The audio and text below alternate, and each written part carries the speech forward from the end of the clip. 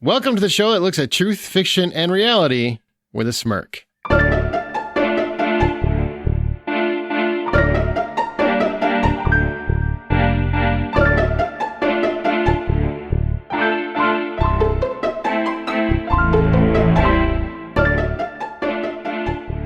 I'm Aaron Peterson. I'm Amanda Sink. And I'm Zach Parkerson. And each week, one of our hosts introduces an original story, which we then use as a springboard for a spirited and lighthearted discussion, whatever the moral or theme of their story was. This week, it is my turn, but before we get there, we're back. We're back! We haven't been here since a little bit ago. June. Don't date us. These episodes are supposed to be evergreen. Sorry, we were just here. Did you miss us? Yeah, there we go. I almost forgot to say my name. Yeah, we could tell. It's okay. It's hard to remember sometimes. Yeah. We haven't done this in a minute. We're just like the final season of Game of Thrones. We took a little bit of extra time, and we're going to come back and just knock it out of the park with no questions asked. Could we not compare us to Game of Thrones? Because there's a lot of backlash. I'm a fan. I don't care what those people think. It was perfectly serviceable. Alrighty. Sometimes that's all you need. Many good, upstanding families have been created by people who are serviceable. I'm just saying, it's okay. Well, certainly the sex would be. Oh! Bazinga! No, I don't want to compare to Game of Thrones. They had a rough go of it the last year, and 2019 is kind of over. We're on to 2020, so let's create a new world. Let's move on. McQueen. And we do want to mention that we're changing how we do some things around here at Smirk Incorporated. Are we incorporated? I don't know.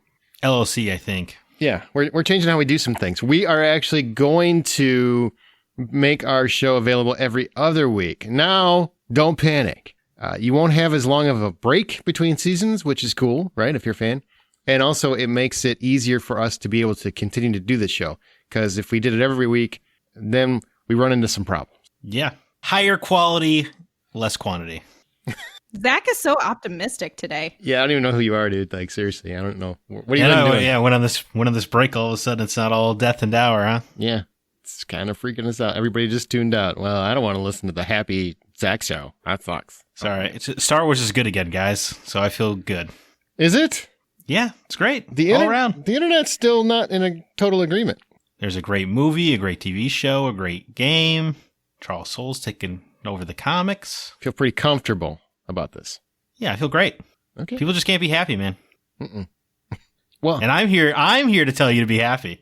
You've mentioned two of the most irate fan bases currently going in the last 5 minutes. So yeah, it's dramatic. It's dramatic. It is. All right. Well, we've already talked about that. We're going to be every other week, so check for us every other week. Make sure you subscribe, and you will get the episode when it pops in your feed. This is, like I said, my week to tell a story, so let's get into it. And if you do like Smirk, please share this episode on your social media outlets. Please do that. It really helps the show. People can't find it if they don't know it exists. So thank you so much if you would share the show with your friends. All right, let's get into it. You guys ready? Freddie. Hell yeah. All right, because now it's time for a story.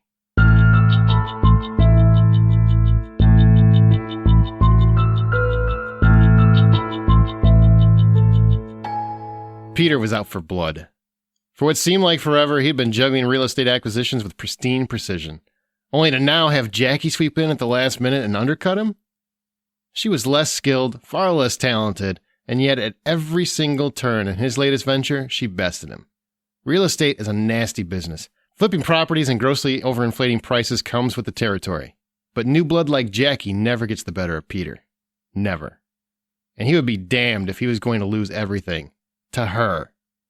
In Peter's mind, Jackie didn't even deserve a seat at the table, to steal an overused mobster expression. She could barely form words. She was the Rain Man of real estate, and Peter refused to take this lying down. This latest property could make his name, and if he could acquire it, there would be no one left in this town who could deny he had sole domination over the market. Peter could taste the victory. But first, he has to land it before Jackie. You see, people believe real estate is as simple as walking in the door and laying claim. Novices falsely believe this nonsense. Winners, moguls if you will, they know different. It's a constant battle of wills and foresight. It's a tested strategy of bold determination. Peter understood that to be a true winner, a mogul if you will, You have to scoop up every relevant property, build it up, and then dominate the market by elevating prices so that only the rich can find themselves worthy. Once you accomplish this, no one can break your hold. You can own entire zip codes if you play your cards right. But every stranglehold on a market comes down to one majestic location. That one specific property that can either solidify your position or crush a legacy. Peter knew this was that property. He knew it as well as he knew how proud his father would be of this final acquisition. The man who taught Peter everything he knows about dominating has now grown and conquered on his own. The student has become the master. But Jackie got here first. She must be smarter than Peter gives her credit for, because she is weighing her options, strategizing over whether or not this property is worthy of the exorbitant costs.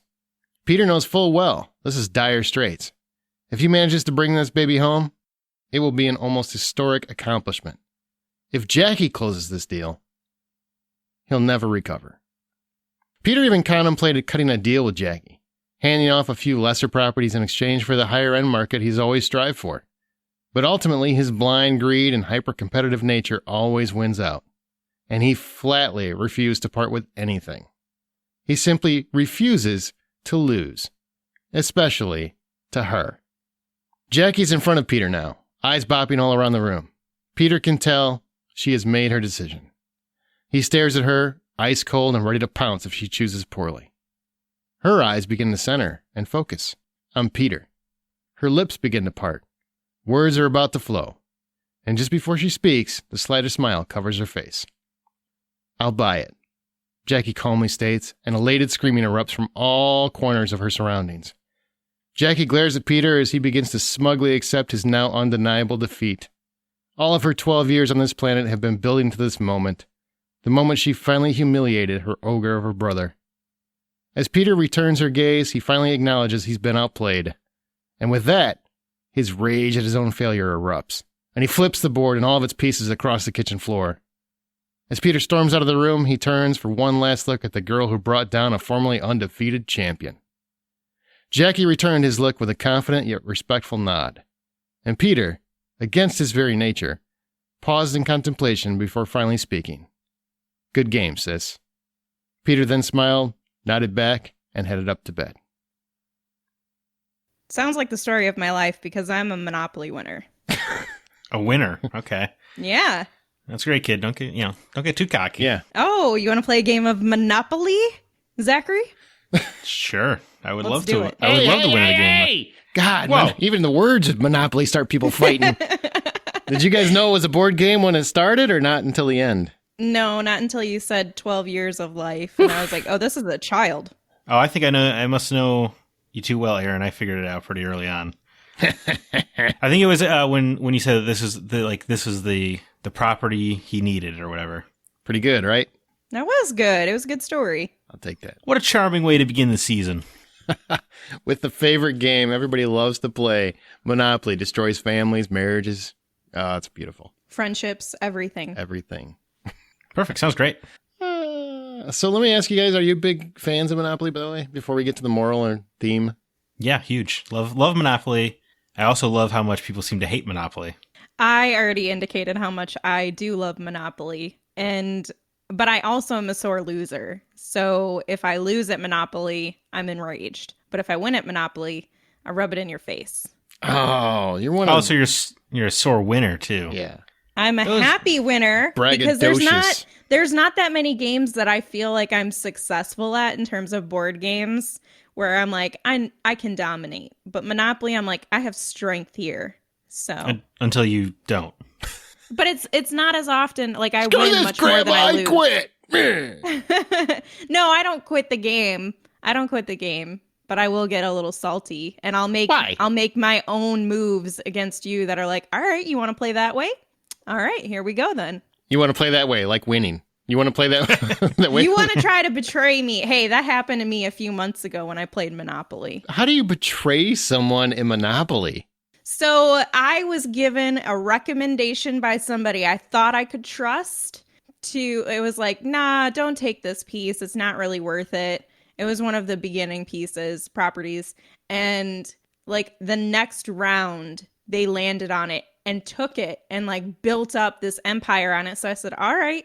and I came back strong as ever, and I won. Yes. Why are you asking for advice in Monopoly? Everybody is your enemy.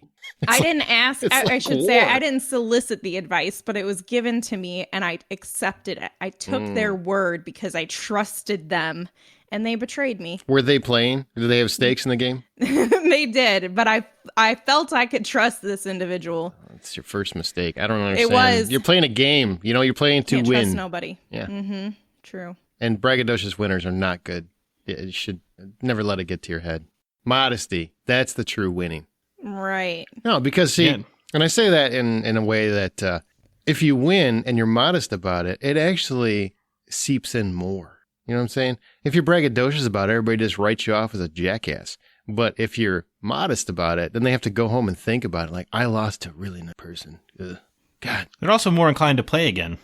Yeah. They don't tell their friends, you're a jackass. And they don't want to play with you again because you're a store winner. Well, I guess we all have our own characteristics. We are trying to help you and help you learn and grow. Just want you to have friends, Amanda. You ever think maybe this is why you were betrayed? This may be. But you know what's worse is There's chess. nothing worse than a sore winner. Nothing. But I'm the sorest loser in chess. All right. So a loser is also probably equal. Those two things are equal. Why is chess different than Monopoly? That's a harder game, by the way. I feel like the chances of me winning are already slimmer, and I'm doing my best, and I just feel defeated because I can never win. I've never won a game of chess. It's a hard game. Only us It is masters can hard. do it. I've only won games of chess. That can't be true. I've only lost once. Hey, if you're confident about Monopoly, I'm pretty confident about chess. I am pretty same here. Teach me your ways, Master Parkinson. See, it's really hard to... Zach, would you agree? It's really hard to teach people chess unless you start young. Yeah, I guess. I mean, it's because, like, what can you teach somebody beyond what the pieces do? From there, you just kind of... It's a different strategy. It's all strategy. And you have to, Okay, for example, you just mentioned a story in Monopoly where you trusted somebody that's playing the same game as you. If you did that in chess, you would lose the second you For do sure. it. Yeah. Yeah. You can't. It's basically you playing war. It's mental war against an opponent, and you have to think 4 or 5 moves ahead. And you have to kind of you have to toy with them a little bit at the beginning to get a feel for how they play so you can guess those 5 moves they're going to make. I tried that, and they outplayed me. Like, I had I was like, I'm going to do this, and they're probably going to move here, and then I'm going to do that. And it just, my strategy for chess is not great. I need some assistance on the strategic choices to be made. That's a little tough. Be willing to lose big pieces. Yes, that's a good strategy. Yep. A lot of people will, I'm not going to give up my bishop or my queen, and da-da-da. I'm like, you can win without them. So I don't know. I mean, don't lose all of them, but That would be bad. Yeah, you're not going to win with an army of pawns. I've also never gotten a pawn across to the other side to make it a queen. ooh. It's tough. Yeah. It is tough. Well, if you're playing with anybody that's worth their salt, they're going to make sure you never get there. That's kind of the plan. Yeah, well, I mean, I played with somebody who's been playing chess since they were like 12, and were like the super nerd and did the clubs and everything, and Super nerd. super nerd. I'm offended because I was in chess club and I don't consider myself a super nerd. It's just You are. It's not a bad thing. It's just no an extra super level nerd of doesn't nerd. sound like glorious. I mean, there's no hot supermodels knocking down the doors of this. Well, I guess in this day and age, maybe they are. Yes. Yeah, they probably are. Also, your wife's not unattractive by any means, so you did all right as a super nerd. I'm not Nerd is mainstream. Yeah, that's right. Yeah, that's That's true. it. That is true. Thanks, Big Bang Theory. Whoa, slow down. I'm Slow down just now. kidding. Thank you, Lord of the Rings. Yeah, that probably did it. And Star Wars. And all the other nerd stuff. Marvel, all that jive. Yeah, probably mostly Marvel. You're right. Well, I should probably get into my actual questions. But before that... Oh yeah, well, I thought we were all going to talk about the clubs we had. I don't think we had a chess club in school. We didn't either What? when I was in school. What kind of stupid-ass schools were you going to, man? Chess club was cool. Public. And I'll tell you what. It's amazing because you're a little bit younger than me. But not significantly. But when I was in school, when I walked uphill in the snow to get to Both my ways. school, exactly, both ways. It was weird. School was in a valley, or it was at the top of a hill, or I don't know how that works. But chess club was not a cool thing to be part of. You were actually chastised for being part of it. And I took that and home ec, which were the two things. Oh, yeah. Yeah, cool kids don't Heavy do. What a rough for a boy. combination. Yeah. You're a nerd and a girl. Hey, Lame. let me give you a little secret. Guess where you meet smart girls? Chess club. Guess where you meet cute girls? Home ec. So it was really pretty smart. And there's no guys in home ec, so there's no competition. I was about to say, I think home ec girls probably put out. Oh my god. They'll put out a butt cake. That's what they'll do. Yeah, that's what I like to call it, too. It's delicious. Delicious bunk cake you got there, lady. Sounds worth it now to go to home ec. I don't know what You just get happened. treats out of it. That's better than getting You laid. do get snacks. Yeah.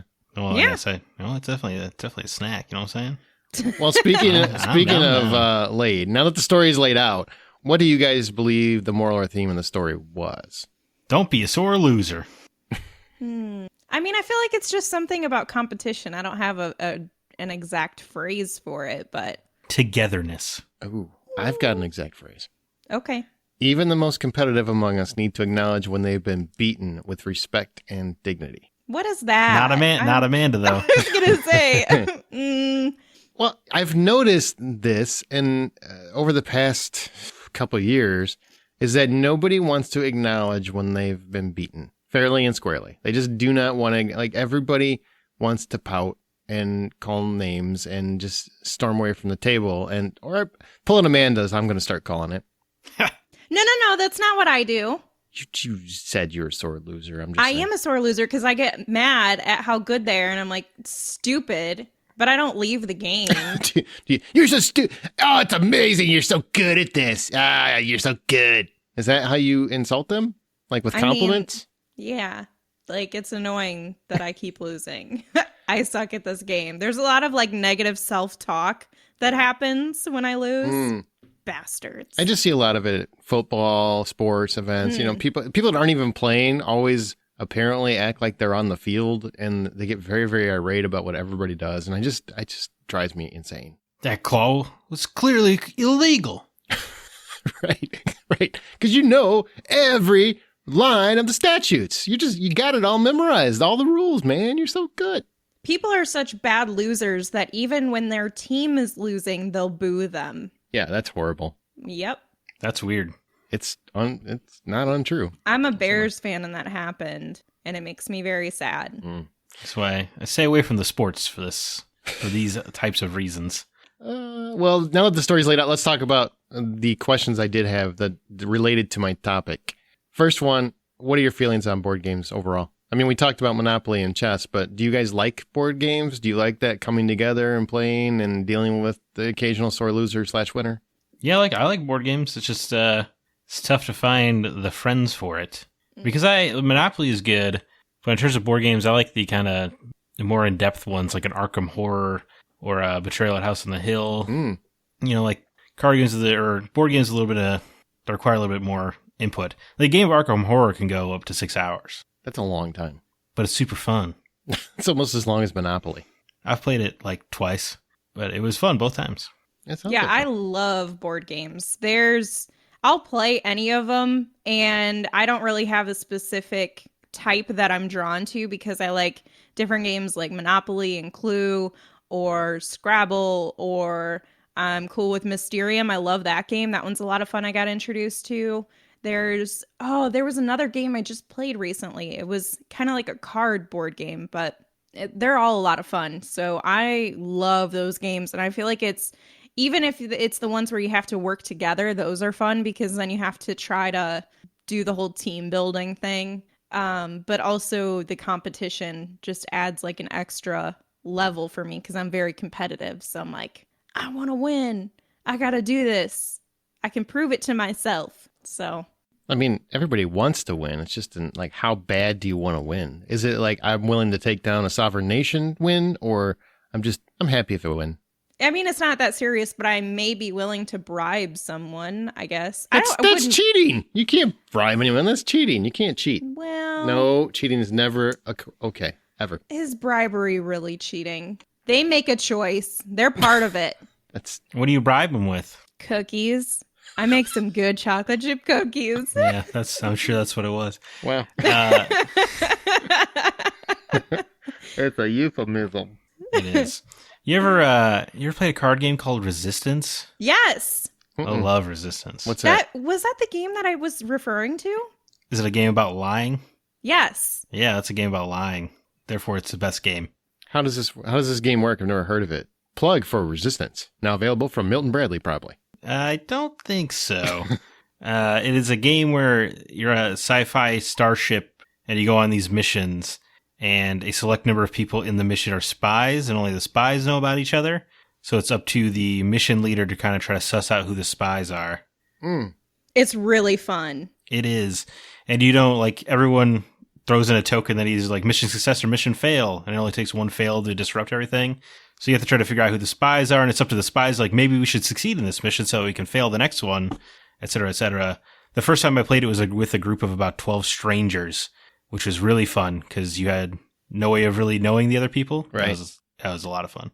That's the game I was referring to. It's so much fun, especially when, well, I don't know if this is a benefit for me, I think. As a woman, when you're sitting among a lot of men, they seem to rival each other and they're like, no, I know this dude is it, blah, blah, blah, blah.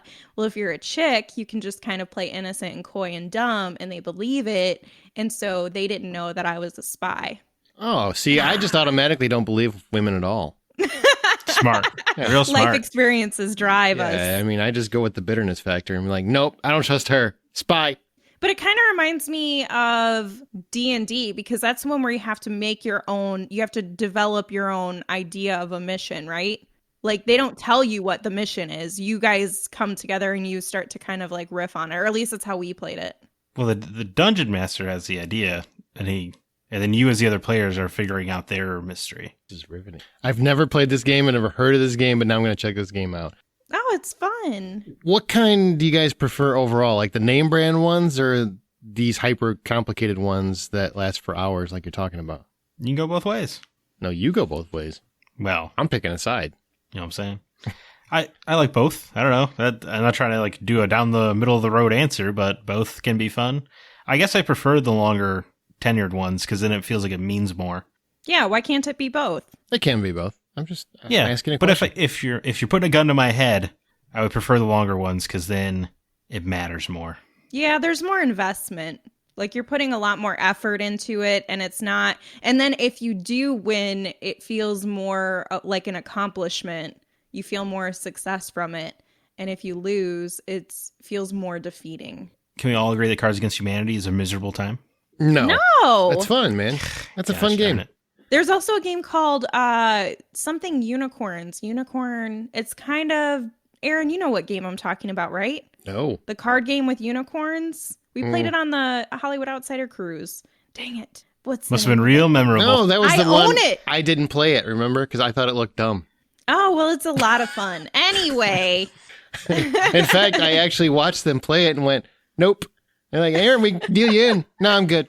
Oh, come on, man. It's really fun. I'm like, I'm watching. No, it's not. I'm good. So I would disagree with you, Amanda, on the fun factor. That's unfortunate. There's a Monopoly card game that I know Aaron likes that's fun. Oh, that's amazing. Monopoly Millionaire, and you can't buy it anymore. It's very sad. Wait, what? You can't buy it anymore. I mean, I hunted it down on eBay. They don't make it anymore. Oh, weird. Yeah, but I have it. That's all that matters. I have it. I got new from eBay, which means it was destroyed when I got it, which is great. Yeah. New enough. Sounds right. It's got the cards. Hopefully. We kind of know how Amanda is. She's hyper competitive. Zach, how do you feel about the board games? Are you hyper competitive too? No, I mean, I like to win, but I'm never mean or cutthroat or anything about it. So no, I guess not. You've never been a sore loser. I mean, when I was younger, sure, but... You've grown. You've grown as an adult? I guess. I don't know. This feels weird. Feels like an attack. Is what it Is this feels some recent example you're thinking of? No, I was just like, I think everybody's had a moment where they've been a sore loser at least one time. Nope. Yeah, I don't think I have in like the last decade or more. I don't. Honestly, I don't think I have. I was never that way. I always, I want to win, but I've never been a sore loser, ever. Or a sore winner. I'm not braggadocious about it either. Yeah, I'm not even good about being competitive. Like me and my roommate Sean would just play Monopoly into the long hours of the night. Or not Monopoly, sorry, Madden, football. And if I had a demonstrable lead, I would just start to like throw away passes on purpose and stuff so he could catch up. That's cheating too. You can't give them the game. I'm not giving it to him. I'm letting him catch up so he doesn't feel as bad about losing. No. Oh, that builds character. Yeah, I never do that. I don't think it builds character if you're in your 20s already. I think the character building's over. Do you guys feel that you have friends that are that way? How do you deal with somebody who is hyper competitive? I mean, I don't know. How do you guys deal with me? I say usually I just don't play with him again.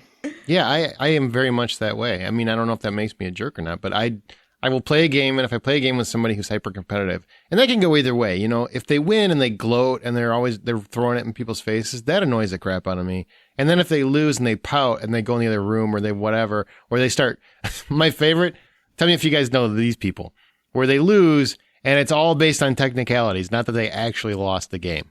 It's like watching football at the front and they blame the refs for everything. It's just like, okay, so you had nothing to do with the fact that you lost? Like, it's all based on a technicality? Come on, man. You just lost. There's nothing wrong with that. Yeah, you can accept it. Yeah. I mean, I hate the people who are, when they're losing, they're like, I don't even care about this game anyway. Those people are the worst. Or they just pick up their piece and throw it. Those people are dumb. Yeah.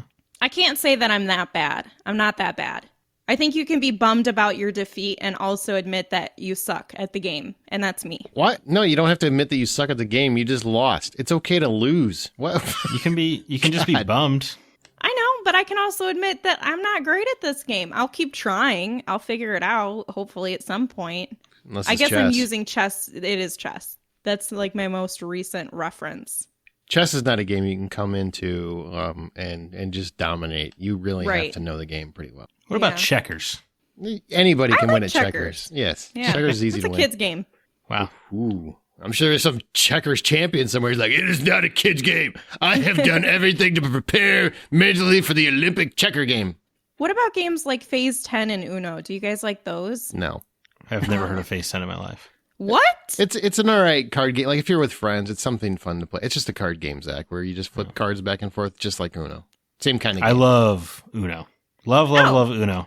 Play then Uno you gotta to death. play Phase 10. I don't think that's necessary. Why would I do that when I could be playing Uno?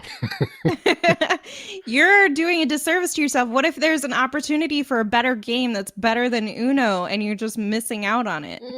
Uno is so good that it is a game that relies on colors, and I am colorblind, and I still love it. How do you know the difference? You learn over the years. Is there a way to discernibly tell if you're colorblind? I mean, the red and green is the hard one for me, but yeah, you can. Have you ever flipped one over and then been like, boom, and they were like, no, that's the wrong color. When I was younger, yes, that happened a number of times. I gotta ask a real question because I'm not color. Wait, I'm kind of board games? I'm a little bit laughing inside. All right, I'm good now. Go ahead. I gotta ask this about being colorblind. So the red and green, you said that is the hardest for you. What do the colors actually look like then? I love when people ask this question. I don't get know. it. Is it gray? I don't know how the colors actually look. I have no way of describing this to you. I mean, what color do you see them as? You have to see them in a color, right? The green looks green to me, and the red looks brown to me. Usually, okay. in a game of Uno, and I can't tell the difference between that. Super fast, but that is not always the case. You know, sometimes you'll see your red and green next to each other, and then it'll make the green look more red. What is happening is your color you can't distinguish shades. So like blue and purple I cannot see because my eyes cannot pick out the red that is in the purple. Oh. So to me, they both look blue. Interesting. So your Christmas colors are like brown and gray and fuzzy. Yes, perfect. They're mostly just like a muddled brown. Christmas is so boring for you. Like Mr. Hanky. Mr. Hanky is your Christmas colors. Wasn't expecting a South Park reference. I don't think anybody was. Sorry. Anyway, board games. Yeah, board games. Colorblind the board game. All right. Well, we've got all that. So we've already talked about good losers, if we're good losers or bad winners. I think we can all agree that Amanda sounds like she sucks to play games with.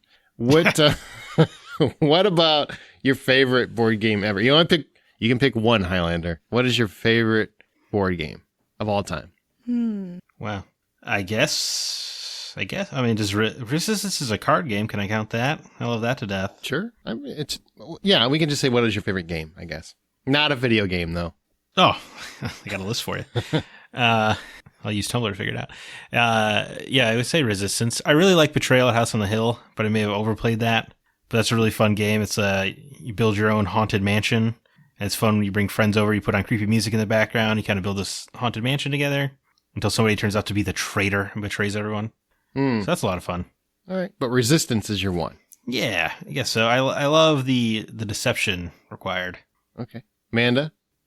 See, Monopoly, I would say, has been my favorite throughout my life, but it's also, I wonder if it's because I'm so drawn to it because it's so seldom I find somebody that I can play the game with. So when I get the opportunity, it like increases my excitement over the game. Because they don't want to play, or because you because dominate? I can't ever find anybody who does want to play that is like near me. So when I get the opportunity, I'm like, oh my God, I get to play Monopoly, my favorite game ever. But like if I played it regularly, I don't know if it would still be my favorite if I played it all the time. So I think for the value of a game and like the components that go into it, I would say Mysterium. I love that game. I don't know. It's so much fun, but it requires a lot of people, and that's a con. I also dead-ass lied because chess is definitely my favorite board game. It didn't even enter my mind because it doesn't even feel like a board game, but I guess that counts, right? It does. That's my favorite board game. So yeah. Definitely chess. Yep. There's something about chess to me that encompasses everything a board game should be. And I love when people tell me, that game sucks. No, you're just bad at it. That doesn't mean that it sucks.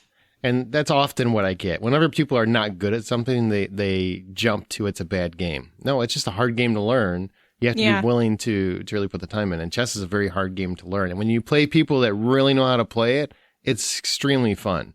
And I will say, you have to keep mentally fit to play chess. Like if you stop reading books for a couple of years and then you pick up chess, you're going to be sloppy. It's just, your brain has to be tip top. You cannot play on your phone and play chess. No, you can. That's for sure. And honestly, people that diddle on their phone while playing any board game, just go home. Just go home. You don't want to be here. Go home. It's an interactive sport. So partake, man. Be part of the party. Unless it's Jackbox, because I think you need your phone to play that. Oh, that's another fun game. What about Trivial Pursuit? That was fun. We used to play Star Wars Trivial Pursuit in Star Wars Club in middle school. You had a Star Wars club in middle school? Yeah, I co-founded it. What's up? Super nerd. Yeah, me and my buddy Trevor got a teacher sponsor and founded the Star Wars Club. But no chess club? No. I was too busy talking about George Lucas every day. Fair enough. Fair enough. That probably could stand to happen a little bit more these days. All right, so my story, was it truth or fiction? Truth. Oh, you both went at the same time. You both said truth? No, it's fiction. I made it all up. But it's true in families and households everywhere across the world. I was going to say, it's kind of a trick question because even if it is fiction, it's true. Exactly. Yeah. Triction! Woo! Oh, God. I went a whole 4 or 5 months without hearing that word. It is back. It is back. Has it been 6 months? Maybe it's been 6 months since we recorded one of these. It's been a long time. God, I hope we don't suck at this now. Yeah, we probably do. What was the title of your story? Everybody needs to get on board. It's a pun. It is. You like that? It's punny. All right, maybe it's not punny. I thought it was punny. Barely nobody's invested. Hilarious. Well, it's a dad joke, and you are a father, so. Well, as our show goes, we'll occasionally pick listener stories to read and discuss on Smirk. If you'd like the chance to have yours read, email it to mystory@smirkpodcast.com. That's it for this episode, guys. We haven't been here in a while. Anything big going on in your lives? I'm graduating for my bachelor's of science. Oh, you just had to rub that in, right? No, I'm just... I'm excited I'm going to be done with it. Awesome. Yeah, nothing, man. Nothing? I'm just sad. I'm just sad in life. Why are you sad? You got your Star Wars movie, Game of Thrones ended. Yeah, this escalated quickly. Yeah, what can I say, guys? Podcast really brought me down. We're the problem. We're the problem. You were so happy until you came back and you're like, dang, I got to keep talking to you guys. Mm-hmm. Got me. Wow. Apologies. That hurts my feeling. That's all right. dark. If you guys like Smirk, share this episode on your social media outlets. Sincerely, it does wonders. And we are changing one thing up once again this season. It's every other week. So it's every 2 weeks we'll have an episode available. Join the conversation by joining our Facebook group or follow us on Twitter @Smirk Podcast. Be sure to use the show's hashtag Smirk. Don't miss an episode. Be sure to subscribe on your podcast app of choice and check out our website at smirkpodcast.com. And as you write your own life story, always remember to tell it with a smirk.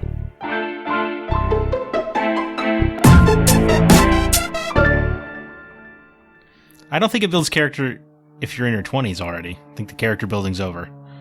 Hang on, No. I'm afraid Pearl Harbor is happening behind you right now. It's 1941 all over again. Oof, boy, were we rusty. That went too long. If it's a little longer than 30. Our recording time was just because of the technical issues. Yeah, and plus there was a B-2 bomber at Zach's house.